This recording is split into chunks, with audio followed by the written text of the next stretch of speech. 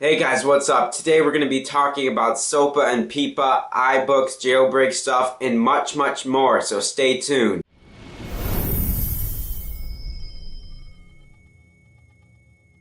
Okay, so our first topic is AT&T. They actually just updated their data plans for phones and tablets. It's going to be $20 for 300 MB, $30 for 3 gigabytes, and then $50 for 5 gigabytes. Tablet users only have the choice between the 3 and 5 gigabyte versions though.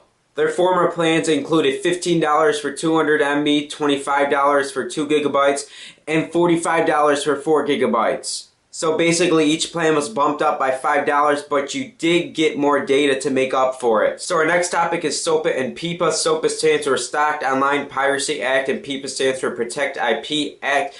And basically what these acts are trying to do is they're going to take away our freedom online. So if we want to go onto YouTube and sing a song, we're no longer going to be able to do that because the media companies are going to be able to sue us for it and put us in jail for up to 5 years. And these jailbreak videos I do and everyone else does, that's no longer going to be able to happen because Apple's going to say, oh, I don't want that on there. And they're going to be able to take that off and potentially send us to jail for it. And also, sites like Wikipedia, Google, they all went black on Wednesday for this. Wikipedia actually took their whole website down and you could not view it for the whole day. And Google blocked out their logo. WordPress, they basically took all the blog sites down. No one could post that day. So it was basically a day where all the websites protested. There was a lot more than just those websites. There was thousands, maybe possibly even millions of websites that protested against Sopa and PIPA. If you want to do something to help end Sopa and PIPA, there will be a link in the description below and you will be able to sign a petition and basically let your congressman know that you don't want this to happen. And you could also contact your local congressman. I'll leave a link in the description below on how to do that also, and you'll be able to actually contact them and say, hey, I don't want this to happen because blah blah blah. And make sure you tell them this act is great, but they're enforcing it the wrong way basically. The next topic is about iBooks. Today in New York, Apple actually held their education media event and they announced that iBooks 2.0 is being released and that their new little slogan thing they're saying is that the textbook is reinvented. So you can go on and head over to the App Store on your iPhone, iPod, or iPad, and preferably your iPad. You can go on there and you can download iBooks 2.0 for free. And if you go to the bookstore, you'll see on the front that there is textbooks. And specifically, there is one called Life on Earth that they're going to let you try out for free. And it's a really cool user experience here because the textbook is animated. They have pictures that are animated. You can play little games on there.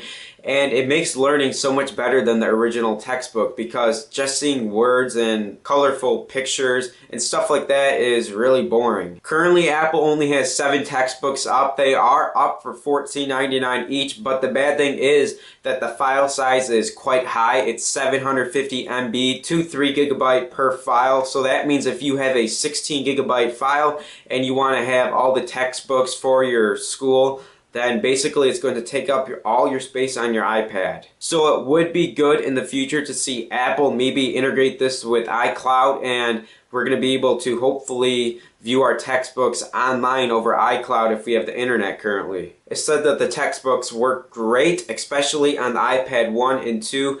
I don't think you're allowed to do textbooks on your iPhone or iPod Touch, but I'm not sure about that. Someone correct me in the comments below. I tried, I couldn't find it.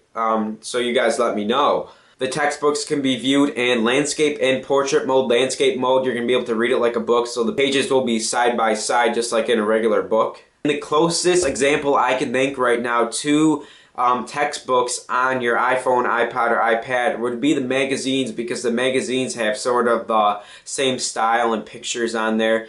But anyways, if you want more info on this, then please go to the link in the description. I will have it labeled under iBooks 2 and check that out. Now let's talk about iBooks 2 again, but this time it's about the iPad 3 because we did find something in the iBooks file system that basically said that the iPad 3 will have a Retina display. If you look on the screen right now, you'll see something that says on the left, it'll say iPad 2X. 2X stands for high resolution, and a high resolution screen would mean a Retina display. So this does basically verify that the iPad 3 will have a Retina display, and we did have past rumors such as a leaked iPad 3 image that showed that the iPad 3 did have a Retina display. So we are pretty sure that the iPad 3 will have a Retina display. Also, Post6 Ninja of the Chronic Dev team just tweeted not much longer now, and what this indicates is that the A5 jailbreak / iPhone 4S and iPad 2 jailbreak is coming up soon.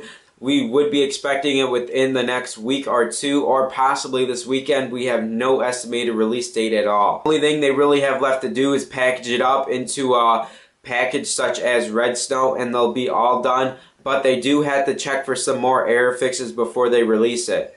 And make sure you do upgrade to iOS 5.0.1 before Apple releases iOS 5.1, because if they release 5.1, then you're not going to be able to upgrade directly to 5.0.1 because they're going to stop releasing that version of iOS. And now that iBooks 2 is out, you're now going to be able to create your own iBook textbook. It's going to be easy because on Mac computers they actually released a program called iBook Author, and they actually provide you with many pre-made templates that you can use for your cover and everything like that. And all you have to do is add your own text, pictures, video, animations, or whatever you want to add to your textbook. This is totally free and actually quite easy.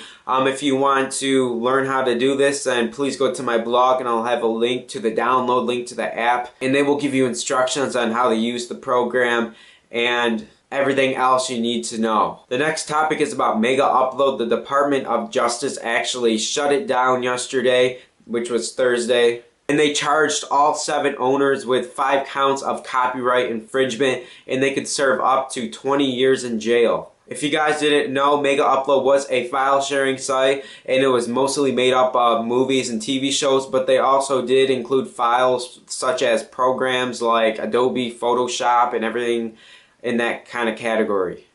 After the closure of Megaupload, there was an anonymous hacker. He actually hacked into the Justice Department's website and he took it down, and that website was actually down for a few hours. There was also reports of other websites related to the closure that he also hacked. But all those websites are currently back up now, so there's no need to worry. But we still don't have our Megaupload if you like to use it. But I guess this is what's going to continue happening because we do have Sopa and we do have to come to an agreement, and this is basically the agreement that's going to happen. And anyways guys, thank you guys for watching the 4th episode of iUpdate. If you liked anything I talked about today, all the links will be in the description below, and I'll have a blog post to each topic I talked about. And anyways, remember to subscribe, like, comment if you have any questions, and I'll see you guys in the next video.